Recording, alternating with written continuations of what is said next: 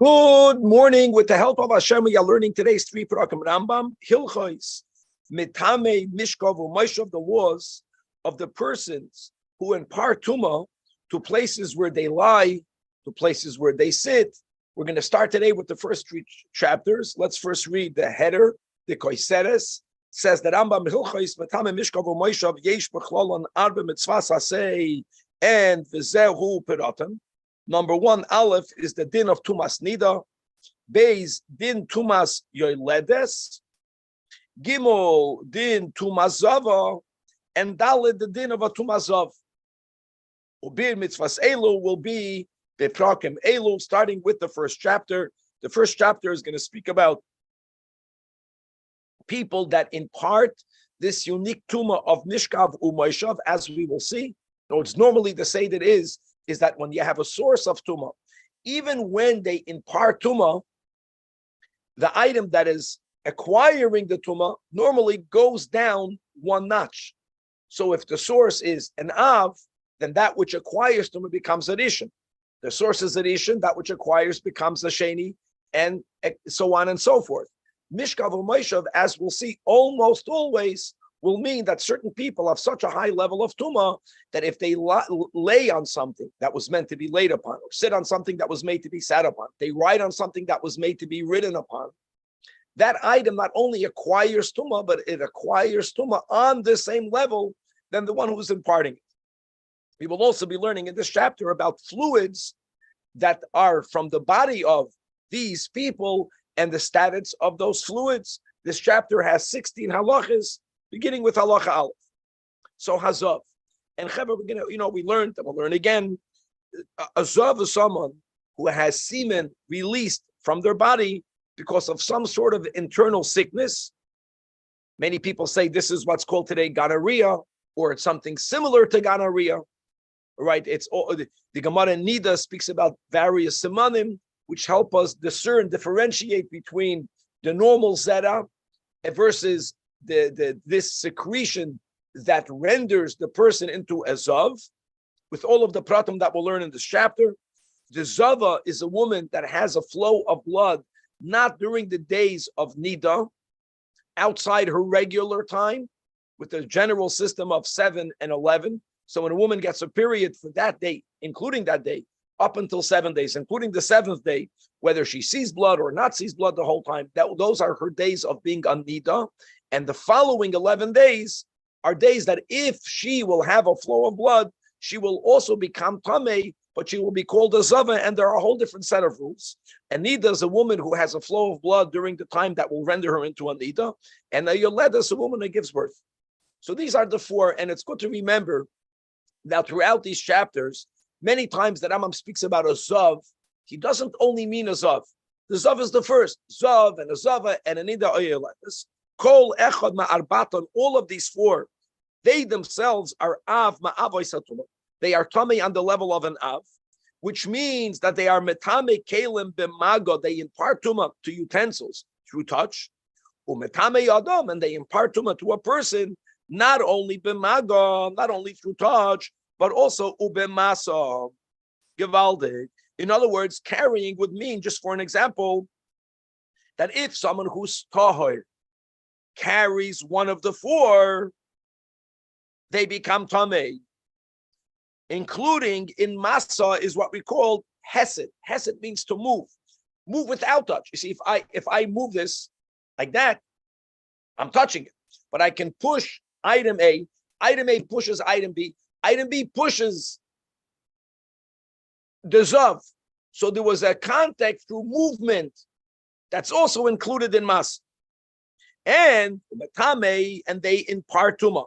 Mishkav to that which they lie on, the mush of that which they sit on, berk of that which they ride on, mitachtav which is underneath them. And here, not only will those items become tummy, but they will become tummy on the same level as the zav, zavanida, and the yoledes. And similarly, umetame madov al gabov. In other words, if there's an object that's above them, if it's above them and on them, that's touch. Above them, many levels high, right? There's 10 boxes on the shoulder of a zav. The top one will become tamei, but we call that, it's like the opposite of mishkav. Like mishkav means I'm laying on 10 mattresses. They all become tummy in the level of an avafamazov. And madaf is going up. In other words, it's a very far reaching effect. Halacha base.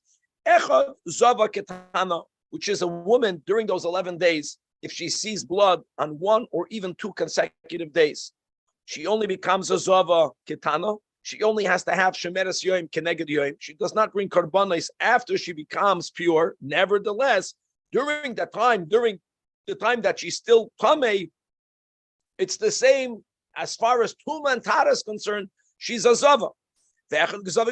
She sees dam on 3 consecutive days during those 11 days. The echad zava machmas asma, whether there's a natural flow or machmas oines, there was some sort of outside cause. Similarly, when it comes to a man, now this type of unhealthy seminal emission, which is coming from a internal sickness, let's just use the word zav, as we will learn that the first time a person has such a flow, even though it's a zivus flow, that person is like any other balkeri, b'chlal not included in the category of a zav yet. But then, if he has a second flow, that's the zav bal shtei de'iyos. Such a person is a zav. He'll have to have shivas nekiyim. He's going to have to go to the mikvah of Mayim Chaim Dafka, but he won't be chayiv to bring karbanis. He's not a mechusay kapara. Or whether he's bal shalosh, if he has 3 such flows or more, then not only does he have to do all of the above, but he also has to bring karbanis on the day after his shivas nekiyim. As far as tum and tara is concerned, like a zav ketana, zav gedayla, no karbanis, yes karbanis. Bal shtei de'iyos, bal shalosh, no karbanis, yes karbanis. As far as these dinim are concerned, that's all the same. Tuma kulam shava, which means that they are able to be matama achedim, as we described in halacha. Halacha gimel. Ketana bas yom echad, a minor who's even only 1 day old, she already mitama, she could contract tuma as an ida if there is dam that leaves her uterus. If she is 10 days old, which means that, like we mentioned, when a woman sees dam, let's go for the first time, she begins for 7 days of nida. The subsequent 11 days are days that if she will see dam during those 11 days, if it's for 1 day or 2 consecutive days, zava ketana, 3 consecutive days, she becomes a zava gedola. So what's the earliest that it's possible for an infant to become a zava gedola? 10 days old. 7 plus 3. Indeed. Bas asar yamim b'ziva. Similarly, basholoi shanim v'yom echad mitame es boyala, as we will be learning a din that's written explicitly in the Torah, that if a woman is a nida or a zava, if a man has a relation with her, God forbid, aside of the fact that it was also, but not only does that person become tamei because they had contact with a nida or a zava, which normally that would only render them into a rishon because the zava and the nida are enough. But if they had an act of intimacy, then they become tamei like the nida. They become enough, as we will learn. Halacha dal. Katan ben yom echad. Let's go to a man. If he's even only 1 day old, an infant, mitame b'ziva, if he experiences, now zivus means he has to experience 2 such unhealthy seminal emissions, zivus emissions. And indeed, even if he's 1 day old, then he'll become a zav. And if on the first day he has 3 such emissions, he becomes a zav gadol. The echad gedim, va'avadim, the echad Yisrael, all of them could acquire tumas nida and tumas ziv. Halacha hey, Sris Adam is someone who was castrated. That's Sris Adam. A person made him into a impotent. Sris Chama means someone who was born sexually impotent. Both of them are metamin b'ziva kashar abriyim. Actually, one of the simanim of that type of semen being zivus and not a balkeri, the Gemara says in Ida, is from a balkeri, it comes out of the body when the person is in a state of kishui, and this is coming without any erection. And that's part of the problem of being impotent. Okay, halacha vav. Eino isha metama b'loiv. If there is some sort of white flow leaving a woman, it does not render her tameya. And if there is a red leaving the male organ, the man won't become tamei. Eloh isha bedam only, v'ho'ish beloiven only.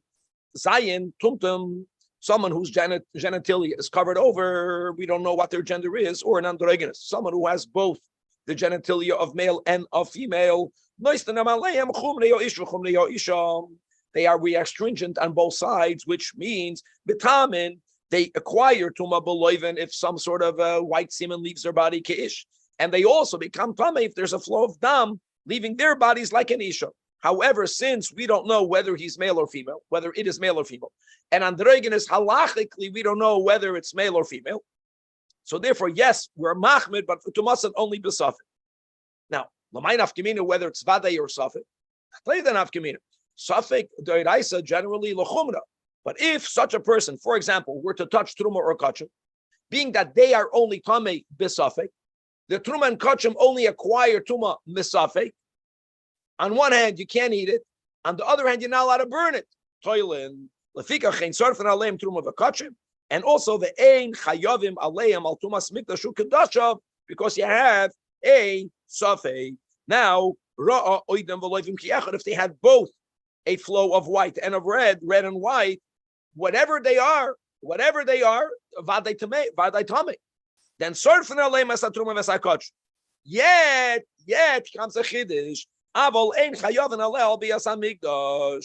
In other words, why? Because since it says in Parshas Nasai, in the parsha of someone whose tummy may not enter the area of the Beis Hamikdash, and by the way, that also includes may not eat kachim, mizachet ad nekeva, whether they are zachet or nekeva, send them out if they're tummy. In other words, the Torah is telling you, tumas zacher vadai, oy tumas nekeva vadois. And here, even though it's amazing, they're tummy, and therefore soifin. But when it comes to the punishment of Biyas HaMikdash, Tumas, Kodesh, right here, we will not get punished. As we'll learn soon, not only is the person tummy, but that flow, that fluid that leaves their body is also tummy on the level of an av.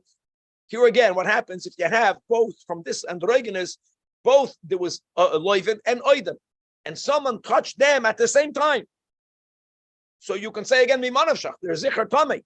When it comes to tumas mikdash ukedashav, as we just quoted the pasuk kenasoi, they won't be chayiv. Now, naga hu atzmei beoiden v'loiven shara'a. If the person himself touched it, then harei ze chayiv al biyas hamikdash. Then they will be chayiv. And this is something that all of the Mefarshim have a hard time understanding. Like, I don't understand. You just quoted that because there is an exclusion from the pasuk in Nasai, mizachar va'ad nekeva tishalechu, we are excluding someone who is not vaday zachar and vaday nekeva. So what difference will it be? I know this is the easier way out. However, some say that the girsa must be not chayiv but patir, which is taka the girsa and the toisefta. So we'll leave that at that. Halacha ches. Dam hanid, the blood of the nid, the dam that leaves the body of a zava, the dam of a yoled, aside of the person, that fluid also metame b'chol shehu, no matter how little amount of liquid you have, it imparts tumah. B'maga u'b'mas, sheneman as it says in Mitzayra, v'hadava b'nidasa, a woman who suffers right because she's an idam, because of her nidar state, and then the Torah speaks about someone who's experiencing a flow of zivus, that's hadava binidasa. So Lepia Shmuel Lamdu, that the Torah is coming to tell you, Shemadeva, Mada means the flow of her body, her secretion, Kamoya is like her, she is an Av. The flow also is a Av. Far Bayarno being an Isur Nida. That really, Shechamisha Damim, only 5 shades or types of blood are Tameim Be'isha. Aval, however, Imro Asadam Yorek, if she has a blood that has some sort of greenish tint to it, Harehu Tahar, the person and that dam, both. The Eino Kamayruka. Now, one would ask, hold on, if it's green, if it's not dam nidus, I get it. It should not be metame because of dam, but as we will learn that many other, not all, many other fluids that leave the body from these people that are tameim also has a status of tuma on the level of an av, like one spittle. So it's not like the spittle. Usha'ar mashkana yotzim mimenu. And here are the words, because shaharoy, the spit, the saliva, misagel v'yotzei, first it collects in the body, and then right it drips out. But masha'en kain, the dam that doesn't have a status of dam nida, but that's leaving the woman's uterus, It's not something that first collects, which is what happens to dam nida, and then it drips out, but right away it flows out. That's called choices v'yoyred. And as we'll learn later, that makes all of the difference, and therefore it's not tamei. Halacha 9. Isha sheyatzav vlad midafer. Today it's called a woman at a C-section. The yatsa imoy dam min hadoif. And while the child was born, uterine blood, right, was released from her body. Now, that blood is av ma'avasatuma mamish, like a dam nida, and a dam that comes out when a woman gives birth vaginally, and the ziva. Why is that? Because it's where the blood came from, not how it left her body. Shahamakar, makar is one of the names of the womb, mikoimoi tame. And therefore, that which comes from the makar is tame on the level of an av. Aber, however, Isha is tohoira. She won't become tame at she yetze mimeno dam derech harechem. This is gewaldig. Now, let's just hulk up over here. The dam, we're saying, is tameya. The woman doesn't have a status of a yoledis because she only gets that status when she gives birth naturally. The dam is enough. When it leaves her body, it's going to touch her. The internal touching doesn't count. And a chanami. But then she'll only be tummy on the level of a rishon. Very good. Now, weiter. Halacha Yud, makar isha, if the entire uterus shenekar got ripped out, got uprooted from internally, and v'nafalaris, and it exited the body. Ha'isha tameik tumas erev. Again, she only is tamei on the level of a rishon. In other words, the rechem is tamei. Enough. When it left her body, it touched her body, made her into a rishon. And now comes another thing. If from the uterus, if there was a secretion, but what's the quantity in the amount, kishtei tipe margolios, like 2 pearl-like drops? Here we say also that the ishas tamea tumas erev, just like we said the makar is tamei, so therefore that is also tamei, but she doesn't have a din of a nida or of a zava. But there was contact when it left her body. Now, when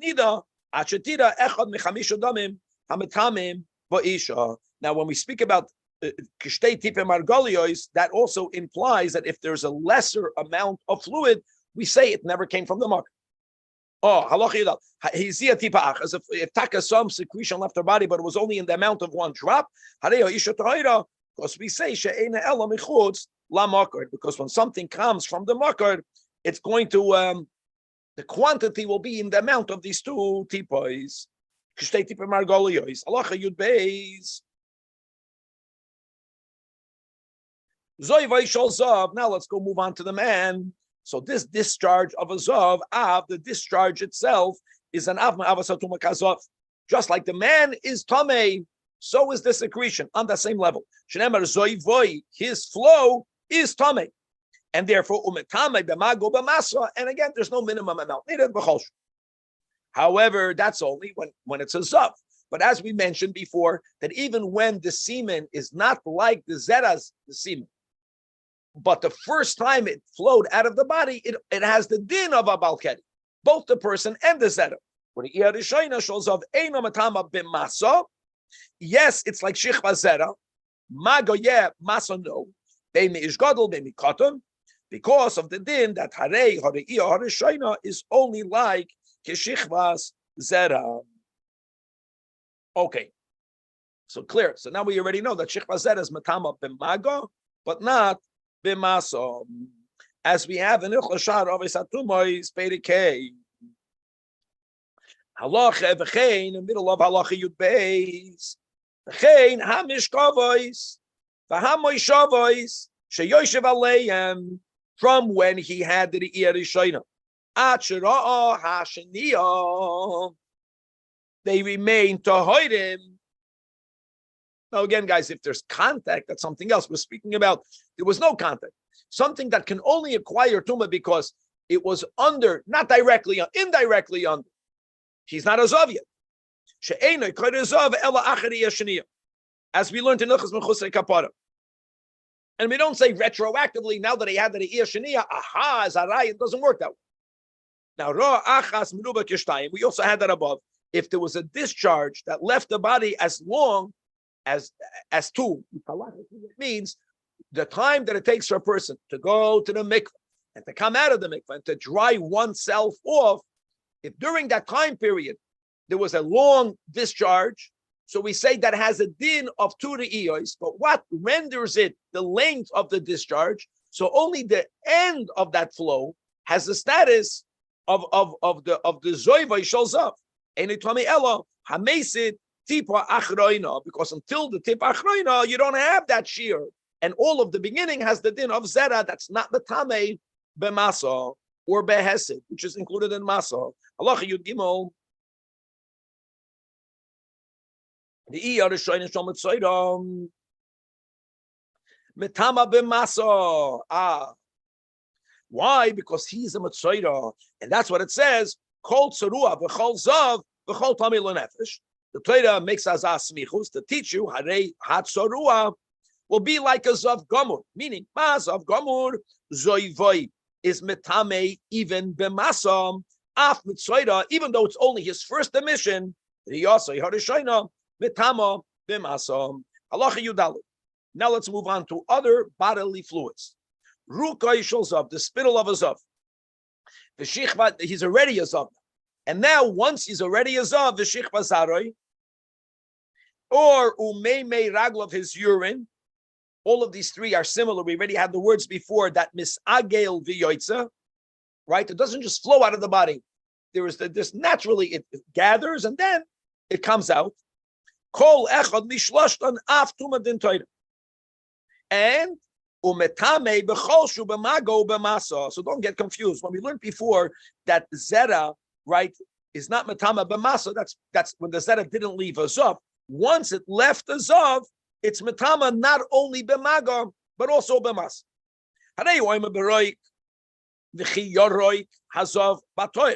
So the Torah explicitly speaks about the spittle, the saliva, that it has a din of anav, of a zoiv.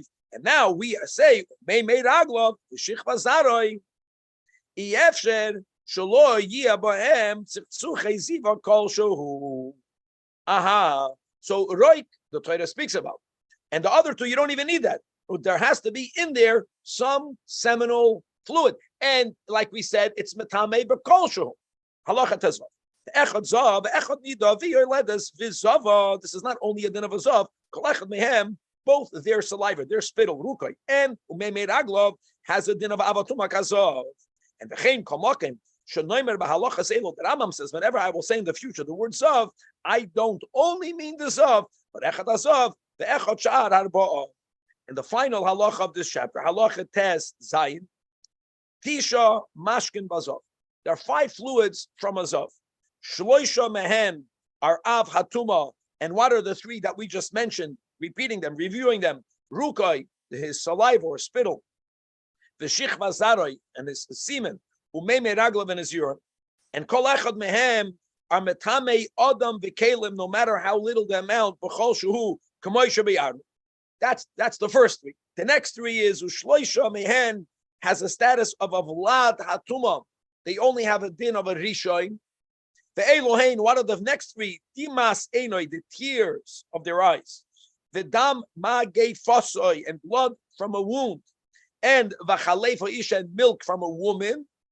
Kol echad me'elu kemashkin temeim, have a din of mashkin temeim. That what? That she'ein metamen adam. Aval yes, metamen kelim. And by the way, from mashkin to be metamen kelim, it's only midrabanan. B'divrei seifrim, as we will learn. Right in Hilchos Sharoves Hatumos, Perek Zayin. So these are the next, the final 3, ushloisha mehem are completely tohidim.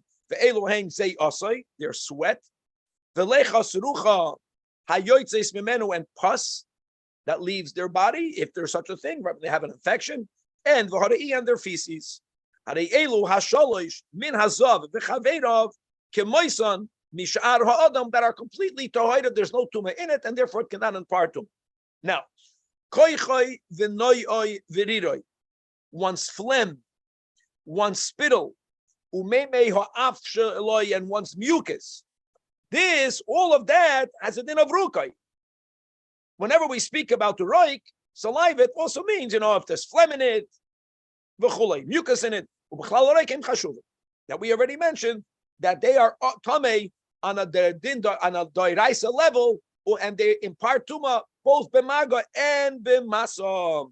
Now, dam hayoitz pi amam, if blood flowed out of the male organ, the dam hashreisis mipiv, or if blood is flowing out of one's mouth, one's bit one's tongue, harei hein bechlal dam magei fasoi. Dam magei fasoi is in the second category of three that they have a din of mashkin tameim that are not metami adam. Yes, metami kelim midrabanan. Hoya moitzes v'rakdam. If a person was sucking on a wound and he spit out, and in the spittle there was blood, so the din is, even though blood is coming on a lower level, but there's also saliva in it. And don't forget that roik, like the zera, there's no minimum amount. Because shahadam shemoitzes, when you suck blood in your mouth and then you spit it out, it's impossible for that to happen without a little amount of spittle as well. Moving on to the second chapter of today, the second chapter of Hilchos Metame, Mishkav, Umoishav. Now we're going to speak about the fluids that we mentioned above, that we'll see that at times there's a difference whether the fluids are still moist, then they're for sure tameim, and when they become dry, then they lose their status of tumah. We're going to be learning about the tumah of goyim. This chapter has 10 halachas, beginning with halacha al. Dam nida, and the dam of a zava, and the dam of a yeledes, that we learned above in the previous chapter, that they are tamei themselves on the level of an av. They are metame, they impart tumah, not only when they're lach, not only when they're moist, but even when they are dry. In contrast, zoivai shozav, the semen of a zav, the flow of the zav, and the rukai and his spittle, his saliva, and the shichva zara, that also have a din of av. Eino metama elo kosman shulach, they only impart tumah if they're moist. Avalam yavesh. Yasser midai, if they're very dry, as the Rambam will describe in a moment, then they don't impart tumah anymore. How do you define that? What's the very im? If you were to soak any one of these three body fluids in lukewarm water for a total of me'es la'es for 24 hours. Now, obviously, the Rambam will say clear that when you put something in lukewarm water, the water begins lukewarm, but at a certain point, the water becomes, room temperature. It cools down. And doesn't have to be lukewarm the whole time, as long as it began lukewarm. And if during that, after 24 hours, or during those 24 hours, these fluids went back to be as they were before moist, then because halachically it's still considered moist. Now these lukewarm waters don't have to be lukewarm the whole time, as long as they begin not hot, not cold, but they cool down.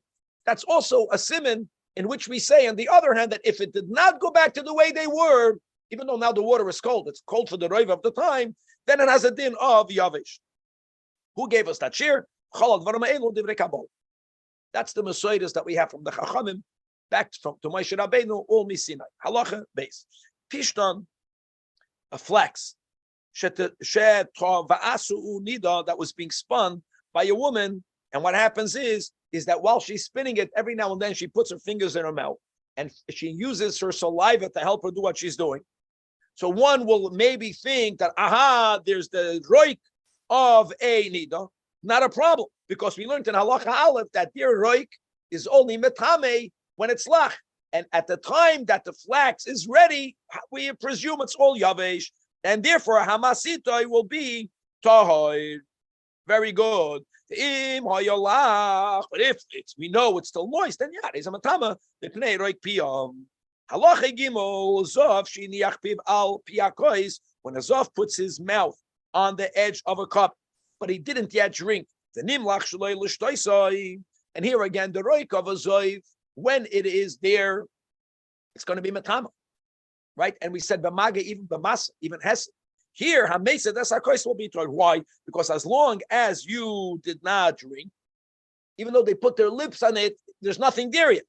The moment there was a little bit of a sip, even koshu, now some of the saliva went on the cup. So Amasite Tome Mipnei Mashke Piazov. Halacha Dalit Zov Shenoshach Hasapas Vesabotzol. If a Zov bites into a bread, or if he bites into an onion, here again we say that since these items are dry, doesn't extract spittle from the mouth of a Zov, and therefore Hamasith, and if you later you move the bread or the onion tahor. However, if he bit into a kishus, a zucchini, or if he bit into a cucumber, Hamasith and Tome, because there we say mashke piv shel zav hamisadev bohen halacha hey klipe poilen, shells of bean, the klipe turmoisen, and the shells or the klipas of vetch sheketzotzen hagoy, that was cut by a goy, and the way they were crushed and opened normally was by people biting into them. So then, some of the saliva went into it, and we're going to learn about the secretions of a goy in a moment. And the bottom line will be is hamasiton will be tamei, very much like the kishus and the malafafoin. I goyim midoiraisa b'chlal not tamei. You're right, but shekol hagoyim are kizavim l'chol divrayim, as we'll learn soon midrabanan. Haklip and shebashvakin, if you find these shells in the marketplace. And again, they were opened up. People would open up these shells by putting them in their mouth, so there is saliva on it. And what will be the roiv? Goyim, by default, always midrabanan are tamei, like a zav, and therefore their saliva is tamei. If it came from a yid, then we can presume that it's tar. So we follow here the din of a roiv. How many people live in this area? Halacha vav. Dam tamei shenasarav b'mayim. So here the din is, when it comes to bittul, it has to do with appearance. In batlu marav, in other words, there's so much more water than dam. It's not roiv, it's not shishim, it's not meya, it's not mosaim. It goes with appearance. That now you cannot see the appearance of blood anymore. Then we say hakol tahar. Now, water doesn't look like blood. What happens if dam tahar got mixed, dam tamei, the dam of a nida went into dam tar, or if it went into wine? Now we got a problem, because the item that's started is also red. So we would not know right now. There's no bittul mara. So we have to say royin. We have to make that calculation. If this dam tar would have been not dam, but yes, water. If the yayin would have been mayim, and again, if that quantity of mayim would be mevatel, the mara of the dam tamei, then it no longer has a status of dam tamei. V'chein roik tamei, spittle of a tamei, shenasad of a mayim. Here also, first of all, im hayo kosher kibri yosef, the saliva remains viscous. It didn't get mixed in; it's still gooey. Oh, harez a tamei. If it got mamish mixed into the mayim, here again has to do with bittul mara. In battul mara of hakol tar, and if nasad of beroik acher is very similar to dam bedam, roik beroik, so you can't have de facto the bittul mara royanoi. So you have to make this type of calculation. Kilo mayim, and the same thing will be with mei raglov. Chein mei ragli tami me'elu shenasad v'bamayim has to do with bittul mara. In battul marayim, if it doesn't have the appearance of urine hakol tar, vim lav, everything is tummy. What happens if nasad will be yain oi? The may ragli tohoidim. So you won't have the bittul mara, because it's like min b'minoi ki'ilu. No, royin oisin, then royin. You have to make that cheshbon ki'ilu heimayim. Now nisarvu b'mei raglayim shel goyim. Here we're going to be lenient. What's the pshat over here? That tumas hagoyim is midivrei soifrim. So here will be mevatel the urine of goyim beroiv. Kate said, for example, urinal, a clay gadol, or any large utensil. Shahoyu Yisrael v'goyim atilim shah meid agleim. Here again, also the meid agleim of a goyim b'darabanan are tummy. From a Yidden, we're saying the Yidden are tohoidim. So we go after Roiv. Very simple. If Roiv people here are goyim, so we say the Roiv of the urine is some goyim. Hakol tam. If Roiv Yisrael hakol tor. And mechzel mechzel, at least there will be machmer hakol tamei. Chedim the son of Meiragli goy zeh and Meiragli Yisrael zeh. We follow the Roiv. Now halacha zayin. Shoyalin meiraglayim b'chol mokem. Interesting things. People in those days they would use urine as a detergent. So now, meraglaim that comes by Yidden, but if it comes from a Nida, or from a Zava, or from a Yeledis, or from a Zoiv, then they have a din of Tumah. Says the Rambam, you can borrow urine, because Shalei Neshletu B'nois Yisrael, Lakanis is meraglaim, Kishaim Nidois, and with the presumption that if you were loaned urine, it's pure. Halacha Ches. Cheres, Shoya Hazov, Oy Hazov, Matilim by meraglaim. If you have a Cheres that was made for urine, and let me tell you more than that. Let's understand the difference between the cheres and the uka is that here the urine was being collected intentionally, and by the way, that gives it more chashivus. That's the way we're going to resolve this halacha. It should not contradict with everything we learned until now. And you washed out the cheres, even though you washed it out once, you washed it out twice.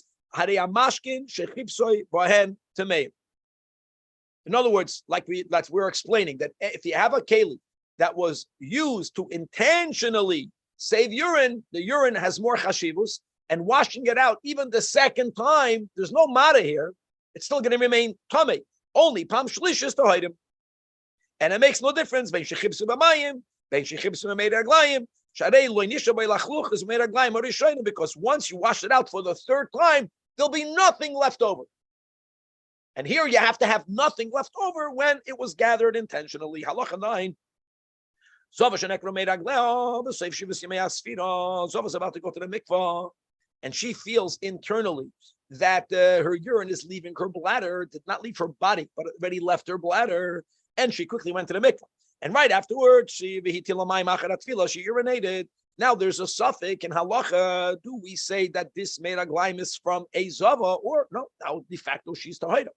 Harem suffix imachet akiras holchin, and it moved from her bladder downwards while she was still a zava, and the zava haisa. Or we only classify the urine when it leaves her body, and she was then tahira.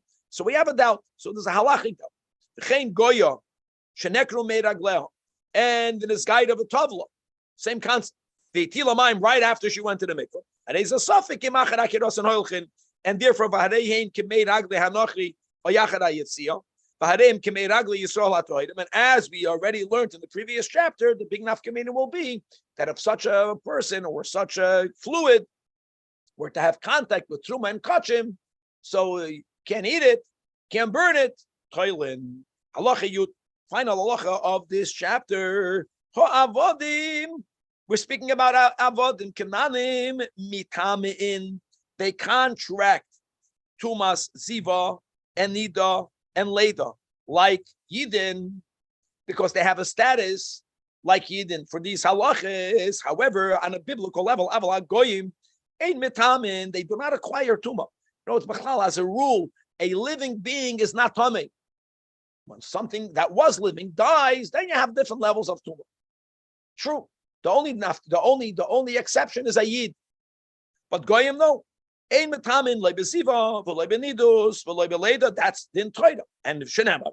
Dabru al b'nei Yisrael v'marto aleim over there in Pashas Mitzayda ish ki yazov. From there, Chazal learn b'nei Yisrael nistamin besiva v'loi hagoyim. However, Abed v'chachomim gozru al kol hagoyim shiyu tameim kizavim l'chol divrayim, and whether they are zecharim, whether they are nekevos. However, when does that happen? V'hu sheyeh zachar ben teisha shana v'yemechad v'mayla, and the nekevos bas sholish shana v'yemechad v'mayla. Avol haketanim lamata mizman hazeh, says the Rambam ligozru aleim tuma. Why? Because she'ikir agzeira is kedei shelo yitinoik Yisrael ragol esel goy b'mishchav shchur. And since halachically upachas mizmanza ain't biyasan biyah, so therefore there was no need to make a gzeira when the guy is under 9. Furthermore, even when they have that age. So we said before that they're what's not included in this gezerah is their zera. Remains toida as it is kedin toida. And this is a rule that we'll have throughout Tuma and Tada, that whenever the Chachamim were goys at a new type of Tuma, many times they didn't do it 100%. They left one area where that thing remains tar for people to know that the Tuma is only midrabanan. Why do you have to know it's midrabanan? Not to be side of Truma and Kachem, only to be toilet. Is only midivrei soifim. Because everyone knows that if a person is tummy mido'ei raisa, then that person shikva zera is also an av.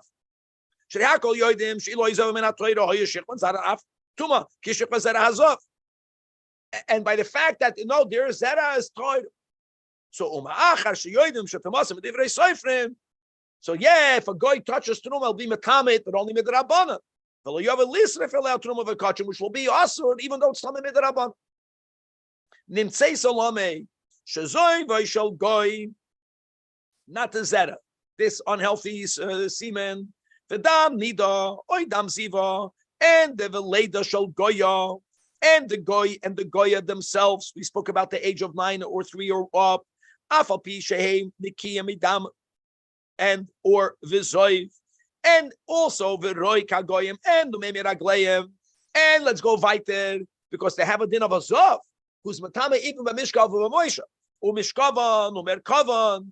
And if you have a boil goyas, we will learn if a person is boil and need that they themselves become tummy. All of them kolechad me'elu become tummy on the level of an av b'divrei soifrim. Now ulefikach staka av, but ein chayovin alei al bias mikdashu kadashav, and also the ein soifrim alei masatruma vechulan.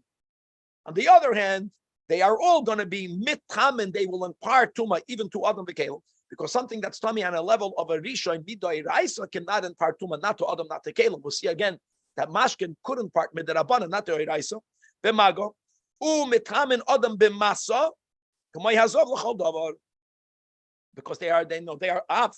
Elo, again, that we have to remember that their tuma is midivrei k'may shubiyam.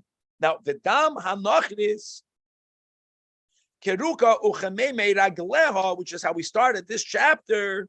So dam nida v'zavaviyaledus of a yid mitame lach v'yavish. But since it's midrabanan, it has the din of a bodily fluid, and therefore only mitame lach ve'ena mitame yavish. Beautiful.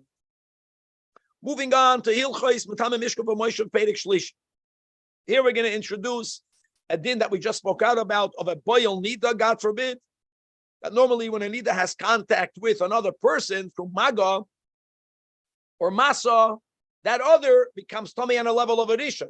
But if a person has an act of intimate relations with a nida, he becomes tummy like her, almost, as we'll see. And we're going to learn about various tumois midrabanan.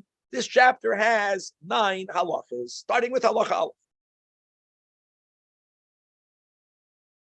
It says that Rambam boil nida has a din himself, has the tumah of a nida, which means shahu av mi'avas hatuma shel toiv, and therefore that person could impart tumah to kalim b'maga and umetame adam b'maga ubamasa. So we keep on learning today. For those who are learning 3 chapters a day, this is big difference. Right? Kalim only through maga, not through masa. Adam b'mago b'mas. And furthermore, since you're matame adam through masa, masa includes in it has. And now let's go further. Umetame mishkavu merkav kanida. So if you have this man who's going to sit upon 10 mattresses, all of them will become tame, even though contact he only had with the one that's directly underneath. However, there's one nafkamina. He imparts tuma, mishkav, umerkav. But when a nida is going to sit on 10 mattresses, they become tamei like she as enough, even though he will impart it, not because of contact, but because he laid on it, which means even if there's 10, the lowest one becomes tamei. All of them only become tamei like a dish. if the boil nida was the one that laid in it, as the Rambam writes, and Allah base, a mishkav boil nida nor umerkavai will be mamish ki mishkav nida umerkava. They impart tuma, but it won't be on the same level. Shamishkav oy hamerkav shedarsa olav nida. They all become tummy on the level of an av. However, if a person was boil nida and then they laid on something, mishkav boil nida, or if they wrote on something, merkavai, direct, the one that's indirect, they all become tummy, but all of them only become tummy on the level of a vlad tumah. Here means a rishain. Mamish like kalim that they touched. Why? She'ein metamin adam v'loy kalim. 1 second, not why. Something that's only tummy on a level of a vlad cannot impart tumah b'chlal to other. Not the kalim. Ella achlin umashkin muvad. That's the din Torah. A vlad midoiraisa imparts tumah to oichlin umashkin, even if they are chulin. Right? We paskin that chulin becomes tumah on a level of a sheni. We don't paskin like Rabbi Kiva. Rabbi Kiva holds that it can even be chulin can even go to the level of a shlishi zoisloi, but sheni yeah. But a vlad cannot be matama adam and kalim. Now hold on. If we are saying that a boy only the kanida, why are we making this difference? Tumas mishkavai, bitumas mishkava. Says the Rambam, no, it's written in the Torah. But nation emma boy only though. A pasuk and parshas mitzayda that if a person, God forbid, is boy only though, usihi nidasa olav and v'tamei shivas yamim. The nemar boy, and it says v'chol hamishkav ashishkav ala yitma. Now we got a problem. Since the Torah says v'achar shenemar usihi nidasa olav, that her status of tuma goes to him, not on the level lower, the same level. She's enough, he's enough. So why did the Torah B'chlal have to write specifically that anything that this person now will lay upon will become tamei? Any yodeh shum mishkav shum tamei mishkav. So v'lam nemar shmuel lamdu. See, when the Torah adds, Torah here in this case is actually adding words to remove it from a higher level of tumah. We're adding it to lower the level of tumah. Shakasav nitkoi. We are removing it. Mituma chamura, milatami yodam v'kelim. Yes, tamei. The Torah writes clearly that kol hamishkav ashi ishkol aviyitma. But utaloi, we're placing it betuma kala, meaning shehia mishkavai only of a lad ubemele v'lo yitam adam v'kelim. Elo achlim u'mashkim uvad kishar valdo isatumois. Halacha gimel echad habo alanido. Oyalazova. Or if a woman during the 11 days that followed the 7 days only saw dam 1 or 2 days, which means she has a status of a shemeres yom keneged yoim or anayoledes, all of them will be included in this din of a boil nida kenida as we described above, and whether their act of intimate relations was kedarkon, whether it was shaloi kedarkon, whether it was only the initial the hama'oreh, or it was a full-fledged goimer, bein gadol shabalak tana. Bein katan shaba al hagadoila, all of that will have the same status. But as we keep on learning, that's only if the man was halachically shayach to have an act of intimate relations, which means that he was 9 years in 1 day, full 9 years. And Vahanivelas, and the woman was Bal Shaloshanu V'Yemechad. Aval Pachas Mikan. If either of them were lower, lesser than the sage, Einoi Mistame, they will not acquire Tuma because of them being a boil nida. Now they have contact, there was a physical contact, Ela Mishum Negeba Nida Bulvad, which means that that person himself will only be Avalad Ve'ena Av. And interestingly, V'chein HaBoil Hazov, Mishkav Zuchur, no, it does, even though in many areas, yeah, Mishkav Isha, not over here. That's not called a boil. He's a man. Even the man is a zav, but if someone has a relation with the zav aside of the Mishkav Zuchur, he won't become tummy on the level of an av.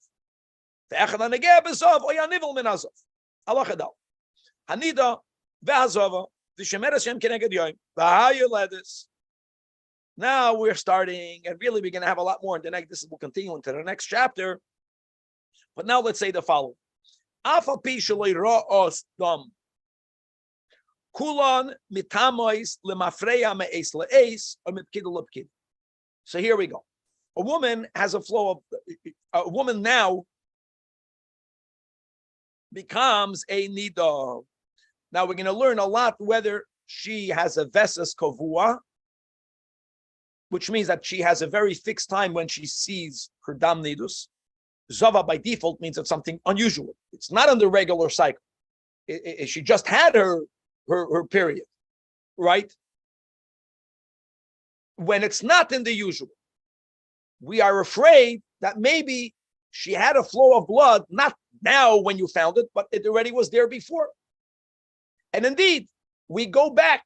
How far do we go back? Rendering her tameh as far as whatever she touched becomes tameh because it was touched by this nida zava, etc. We go back either 24 hours or mipkida lepkida. Pkida means a vaginal inspection, a bedika. No, if she made a bedika 18 hours ago and her bedika was clean, you can't say that she's tameh lemafreya 24 hours. If she made her last bedika 2 weeks ago, you don't go back 2 weeks, you go back 24 hours. That's the meaning. Either me'es la'es, or mepkida lepkida, to whichever one comes first going backwards. And that's called the din of me'es la'es shebanida, the 24-hour period of a nida. Kate said, for example, and that's again, isha if a woman is known to be taught, not a woman that has what we call a vesas kavua, she doesn't have a fixed flow.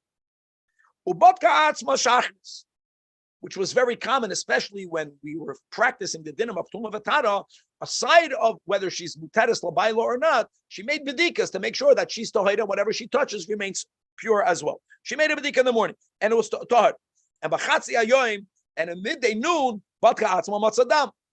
So what do we say? We say she made a bedika 7 a.m. Yeah? So from 7:01 until now, retroactively, we presume she was Tameyam. Had a call hatohara sha'asa from the Pekida Shai, 7 o'clock she made a bedika, but right afterwards, at Pekida Shniya, until right now, are Tameyas Lamafreya. Let's go to another scenario. She made a bedika on Sunday, clean. She made another bedika on Tuesday, Wednesday, Thursday. What's a dam? So listen, the last Pekida was Sunday. We're not going to go back to Sunday. We're going to go back 24 hours. Call out to Harish, Asas, Me'es Shamatzadam, going back, Ad Esrim Ba'arba Shois, Lemafreya, whatever she touched. Now we're going to halachically say, aha, she was already Tommy then, and therefore they are also Tameyos.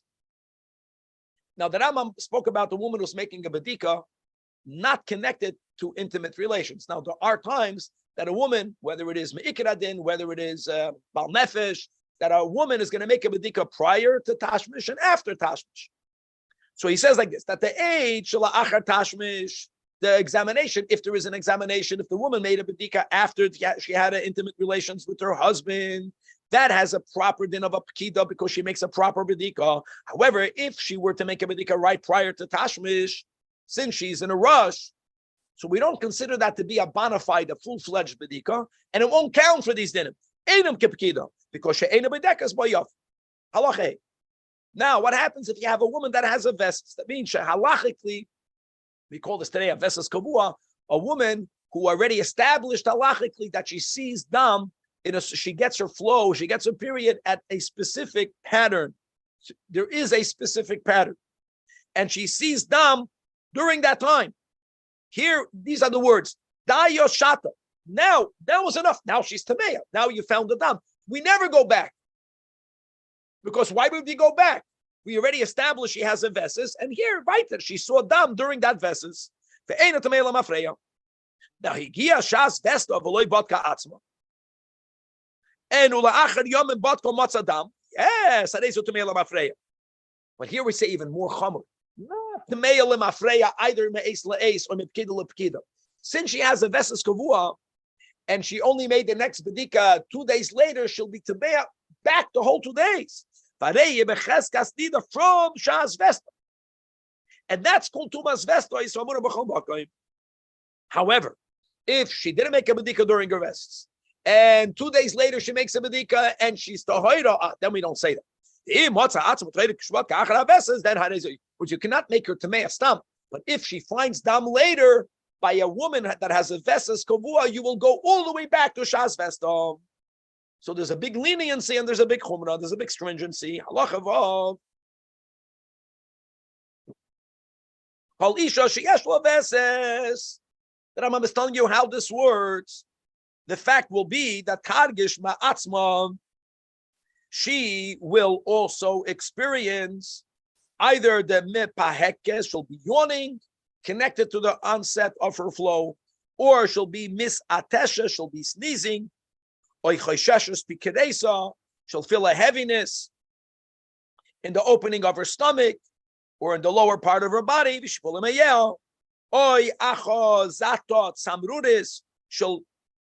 flow will come with some sort of trembling. These are all physical symptoms that will come together with the flow when she has a vesas kavua, or her head will be heavy, or some of her limbs will feel heavy. Now, why is that I'm saying this is very important? Because a woman, and that's the norm, that when you have a vesas kavua, there are also certain bodily symptoms. Now, says the Rambam, Yesh Isha, Shedarka Liyos, not only does she have a fixed flow, but the moment she begins to have these bodily experiences, that's for her the siman that the flow already began, or it's beginning right away. That's one type of woman. That even though she begins to have, she has a vesas kavua. We know from Melchus Nida, today everything goes by oinois, right? We view everything in 12-hour periods. So you have oinas hayom, oinas halayla. And that's takadadin. A woman who has a vesas kavua lamashal avesta chodesh, it means that she sees 3 months in a row, her flow yom dalet and yom hey. But when not enough yom hey, because if she has it yom hey by night and the next month during the day, or the other way around, not so pashut, correct? On the same oina, so which is a 12-hour period. Now let's go further. If it's connected to these types of bodily symptoms, so we have to know when will she get the flow right away with those bodily symptoms, or when she begins to feel these symptoms, an hour or 2 hours later, then she'll see dam. And now, why do we have to know that? Says the Rambam, right? Halacha, guys, we're middle of halacha vav. Peidik gimel halacha vav. If the norm by her is the moment she has these experiences, right away there's the onset of her flow, then call out to harish us. Again, we're speaking, if she sees the dam, there's nothing to talk about, right? We're speaking about, like we said in halacha, hey, she has a vesas, she didn't make a bedika, which she should have, but she didn't. She was oisekes betaros, which she shouldn't have. A week later, she makes a bedika, and a week later, she finds dam. Here, we're going all the way back. You're going back to when? If she sees it in the beginning, from when she began to have those symptoms. But then call out the harish asas b'soichaveses, they remain to hoiros. The einoi chayshes elo misha'a shedarka lirois ad eis shemotza hadam. Now we're going to move not to the regular flow, whether it's a vesas kavua or not. We're going to move on to a kesem. Now the definition of a kesem is, first of all, it's not a flow. It's not a flow. It's a discharge of dam. We don't even know halachically for sure if it came from her uterus. Correct? It's not a period, and there was no hergish. Nor was then midrabanan. If certain conditions are met, it will also bring about a tuma midrabanan. So it says that Rambam that if a woman sees this type of blood stain, haroya kesem, tmeya lemafreya ad eis hapkidom. Wow! Now here again, unlike a veses she'ena kavua, that we taka don't say daya shaton, right? But we go back either me'es le'es or mipkida lepkida, whichever one will go back less time. Here we're going to have a big chumrah, and that is that if the pkida means a bedika, if she made a bedika more than 24 hours ago, it's amazing. Now she sees a kesem. Now she found again. You have to know the summit. But it meant it had the minimum amount of it. It was on a double shemekabel tuma. It had the right size. It was on something white. Now we say beneged dinim of tum and tara. We're not speaking about whether she was with her husband kosher or not. Beneged dinim tum and tara. We go back until the last bedika. That's a big chumrah. And v'chein habeget shenimsa olav kesem. We don't know when the kesem was on it. You know how far back you go until when you examine the garment. If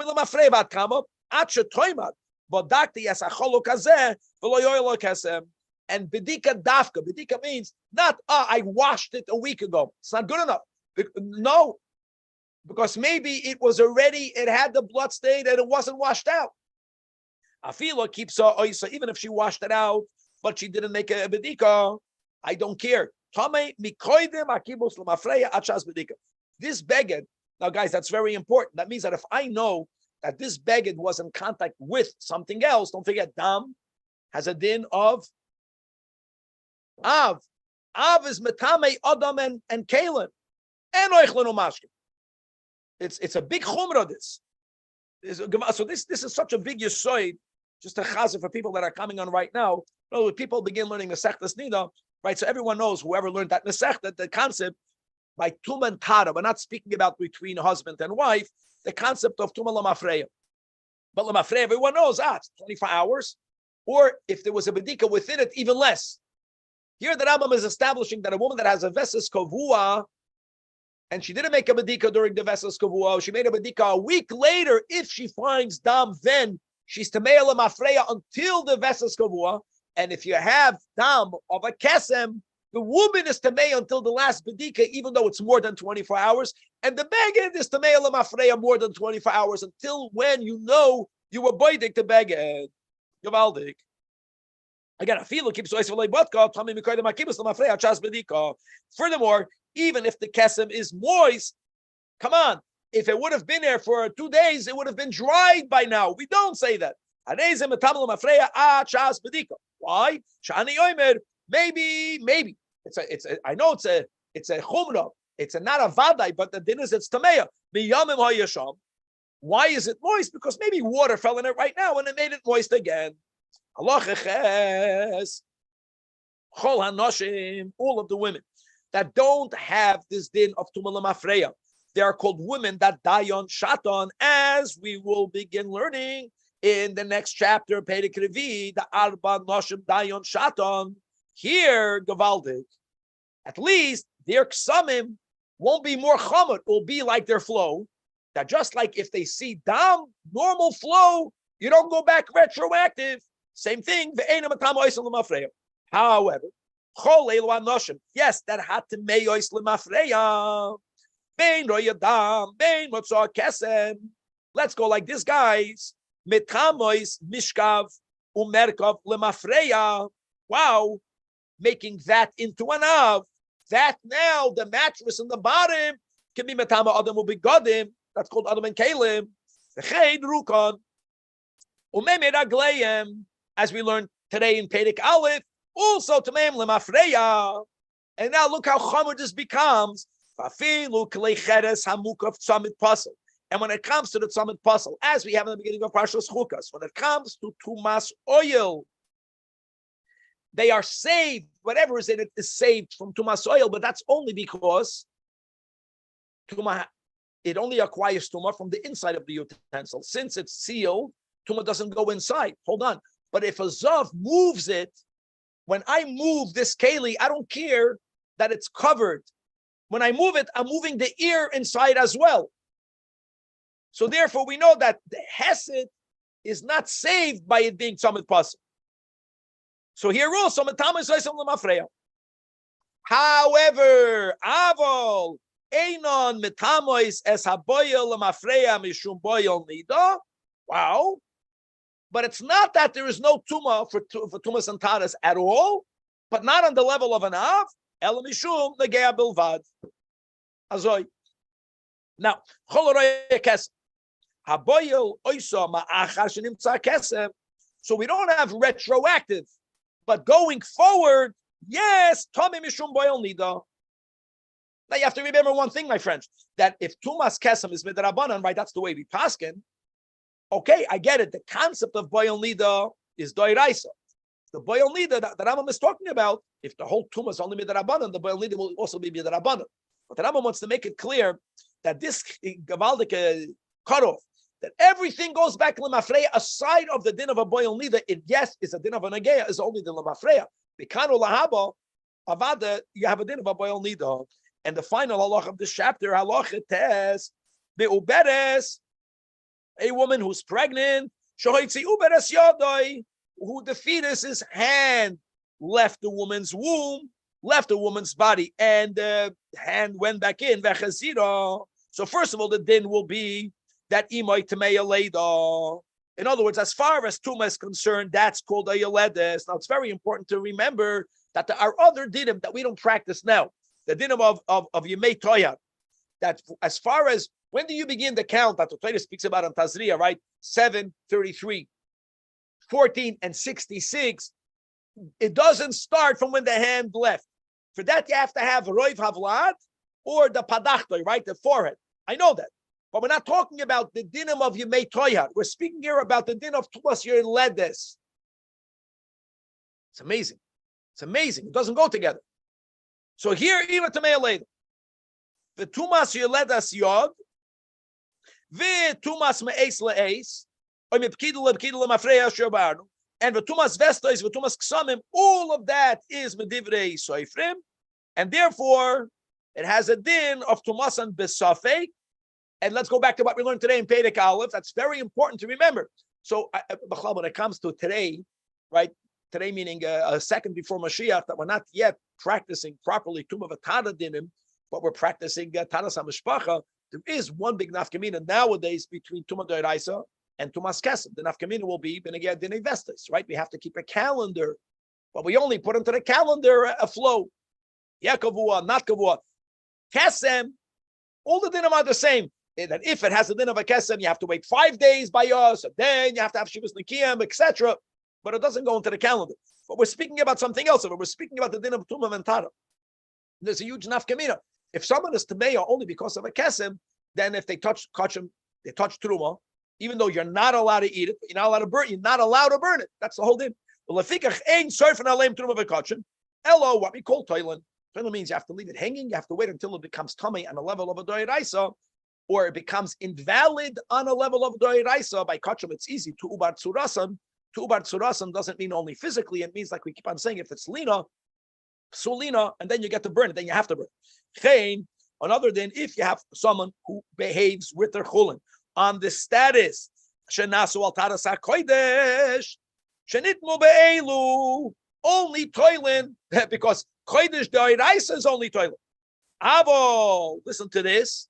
If you have chulin, even if the person is upping the status of tara, but like we said, there's eating chulin betara, there's eating chulin betaras truma, and then there's even more eating chulin betaras kodesh. If it's only hanas al taras truma, or chulin hatvulin lechala, which means if you have a dough that you did not yet separate challah, even though challah itself has a status of truma, but this dough prior to taking off the challah has a din of chulin, and therefore einon mistamin, they don't acquire tuma b'chalelo at all.